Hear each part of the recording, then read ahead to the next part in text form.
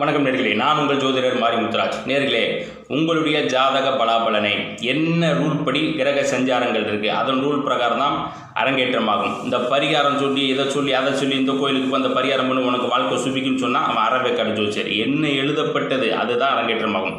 அந்த அடிப்படையில் உங்களுக்கு உங்களுடைய ஜனன ஜாதகத்தில் இன்னென்ன ரூல் பிரகாரம் கிரக சஞ்சாரங்கள் இருக்குது, இது அரங்கேற்றமாகும். இந்த பாதையில் போங்க. ப்ளஸ்ஸு மைனஸு ஜோதிடன் திடமாக இருந்து முறையான வழிகாட்டியாக இருக்கணும்.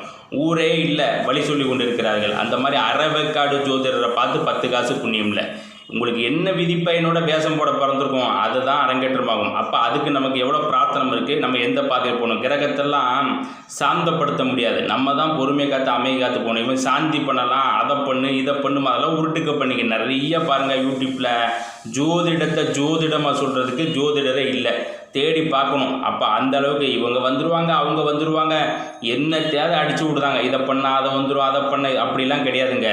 என்ன விதிப்படி கிரகங்கள் அமரப்பட்டிருக்கு, லக்கணத்துக்கு மட்டும் கணக்கு பார்க்கக்கூடாது. லக்கணம் ராசி விதி மதி கதி ப்ளஸ் பாவ டு பாவா ப்ளஸ் நவாம்சம் இத்தனை கூற்றுகளை பார்க்கணும் ஒரு ஜாதகத்துக்கு பலன் சொல்கிறதுக்கு. அதெல்லாம் அனுபவம் தான். இந்த பழுத்த பழம் தான் ஜோதிடம் சொல்லுது அப்படியெல்லாம் கிடையாது. அதுக்குன்னு பிறந்த ஆன்மாங்கிற மாதிரி இப்போ நல்லா நிறைய வீடியோ போட்டிருக்கேன். 12 லக்கணத்துக்கும் கேந்திராதிபதி தோஷம், தாம்பத்தியத்துக்கு எப்படி இருக்குது, கள்ள தொடர்பு ஸ்தானம், இது மாதிரி அதனுடைய கூற்றுகளை கிரகப்பா சேன் பேர் அதை நன்கு புரிந்து அதற்கு தக்கவாறு பலனை எடுக்க தெரியணும்.